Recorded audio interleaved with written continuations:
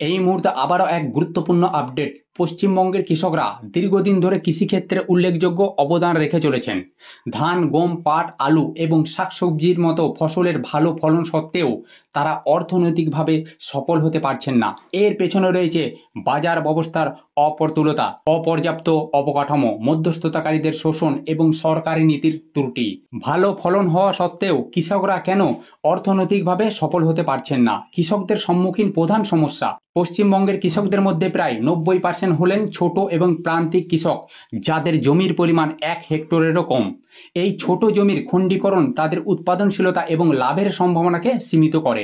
জনসংখ্যার চাপে জমি ক্রমাগত ভাগ হয়ে যাওয়ায় কৃষি কার্যক্রম অর্থনৈতিকভাবে অলাভজনক হয়ে পড়ছে। এছাড়া বাজারে প্রবেশাধিকারের অভাব, মধ্যস্থতাকারীদের দৌরাত্ম্য এবং অপর্যাপ্ত স্টোরেজ সুবিধা কৃষকদের আয়ের উপর নেতিবাচক প্রভাব ফেলেছে। বাজার অবকাঠামোর অভাব। পশ্চিমবঙ্গে কৃষক বাজার বা মান্ডির সংখ্যা অপ্রতুল। রাজ্যের কৃষি বিপণন বিভাগের তথ্য অনুযায়ী মাত্র 186টি কৃষক বাজার রয়েছে, যা প্রতি ব্লকে একটি করে। এর ফলে অনেক কৃষক মান্ডিতে পৌঁছাতে পারেন না এবং স্থানীয় বাজারে মধ্যস্থতাকারীদের কাছে তাদের ফসল বিক্রি করতে বাধ্য হন।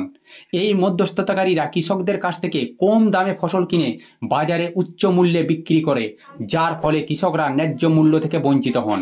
দামের অস্থিরতা। ফসলের দামের অস্থিরতা বাংলার কৃষকদের জন্য আরেকটি বড় সমস্যা। উদাহরণস্বরূপ বলা যায়, উত্তর 24 পরগনার মথুরাপুর গ্রামের কৃষক ফারুক মণ্ডল জানিয়েছেন, তিনি ফুলকপি চাষে প্রতি ফুলকপিতে 2 টাকা খরচ করেন, কিন্তু বাজারে তার 2 টাকাতেই বিক্রি হয়। এই অবস্থায় কৃষকদের কোনো লাভ হয় না। আলুর ক্ষেত্রেও এই সমস্যা দেখা দেয়।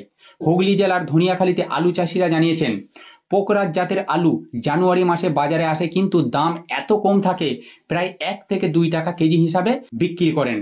ফলে তাদেরকে লোকসানের মুখে পড়তে হয়। স্টোরেজের অভাবে তারা ফসল রাখতে পারেন না, ফলে দ্রুত বিক্রি করতে বাধ্য হন। স্টোরেজ এবং পরিবহনের সমস্যা। পশ্চিমবঙ্গে কোল্ড স্টোরেজ এবং গুদামের সংখ্যা অপ্রতুল। ফল, শাকসবজি, তৈলবীজ এবং ডালের মতো পচনশীল ফসলের প্রায় 16% নষ্ট হয়ে যায়। এই ক্ষতি কৃষকদের আয়কে আরও কমিয়ে দেয়।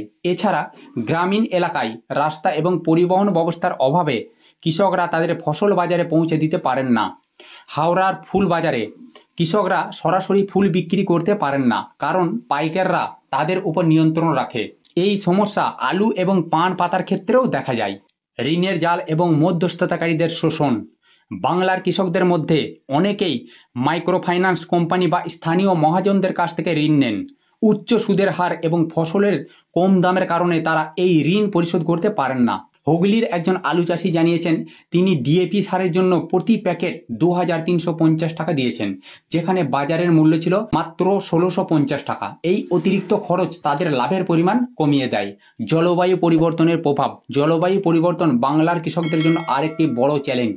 অপ্রত্যাশিত বৃষ্টি, খরা এবং বন্যার কারণে ফসলের ক্ষতি হয়।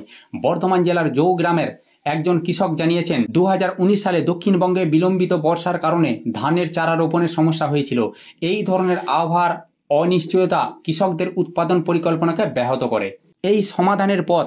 বাংলার কৃষকদের এই সমস্যা সমাধানের জন্য সরকারি এবং বেসরকারি উদ্যোগ প্রয়োজন, যেমন বাজার সংস্কার, কৃষি উৎপাদন বিপণন কমিটি, আইনের সংস্কার এবং নাম ন্যাশনাল এগ্রিকালচার মার্কেট প্ল্যাটফর্মের প্রসার কৃষকদের বাজারে সরাসরি প্রবেশাধিকার দেবে। এটি মধ্যস্থতাকারীদের প্রভাব কমাবে এবং কৃষকদের ন্যায্য দাম পেতে সহায়তা করবে। স্টোরেজ এবং পরিবহন উন্নয়ন। কোল্ড স্টোরেজ এবং গুদামের সংখ্যা বাড়ানো দরকার। গ্রামীণ এলাকায় রাস্তা এবং পরিবহন ব্যবস্থার উন্নতি কৃষকদের ফসল বাজারে পৌঁছে দিতে সহায়ক হবে। ঋণ এবং বীমা সুবিধা। প্রধানমন্ত্রী ফসল বীমা যোজনার মতো বীমা প্রকল্পগুলোর প্রচার এবং সহজলভ্য ঋণ সুবিধা কৃষকদের আর্থিক সুরক্ষা দেবে। এছাড়া মাইক্রোফাইন্যান্স সংস্থাগুলোর ওপর নিয়ন্ত্রণ বাড়ানো প্রয়োজন। প্রযুক্তি এবং প্রশিক্ষণ। আধুনিক কৃষি প্রযুক্তি যেমন উচ্চ ফলনশীল বীজ, ড্রিপ সেচ এবং নির্ভুল কৃষি কৃষকদের মধ্যে প্রচার করা উচিত। সরকারি এবং বেসরকারি সংস্থাগুলোর মাধ্যমে প্রশিক্ষণ প্রোগ্রাম চালানো যেতে পারে। জলবায়ু পরিবর্তন মোকাবিলা। জলবায়ু সহনশীল ফসলের জাত এবং টেকসই কৃষি পদ্ধতি প্রচার করা দরকার। সেচ ব্যবস্থার উন্নতি এবং জল সংরক্ষণ কৌশল কৃষকদের আবহাওয়ার অনিশ্চয়তার সঙ্গে মানিয়ে নিতে সহায়তা করবে। পশ্চিমবঙ্গের কৃষকরা ভালো ফলন সত্ত্বেও বাজার সমস্যার কারণে অর্থনৈতিক সংকটের মুখোমুখি হচ্ছেন। অপ্রতুল বাজার অবকাঠামো, মধ্যস্থতাকারীদের শোষণ, দামের অস্থিরতা এবং জলবায়ু পরিবর্তনের প্রভাব তাদের জীবিকাকে হুমকির মুখে ফেলেছে। সরকার, বেসরকারি সংস্থা এবং কৃষক সংগঠনগুলোর সম্মিলিত প্রচেষ্টার মাধ্যমে এই সমস্যাগুলোর সমাধান সম্ভব।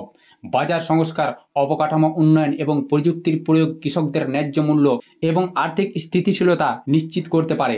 এই পদক্ষেপগুলো গ্রহণ করা হলে বাংলার কৃষকরা তাদের কঠোর পরিশ্রমের প্রকৃত ফল ভোগ করতে পারবেন।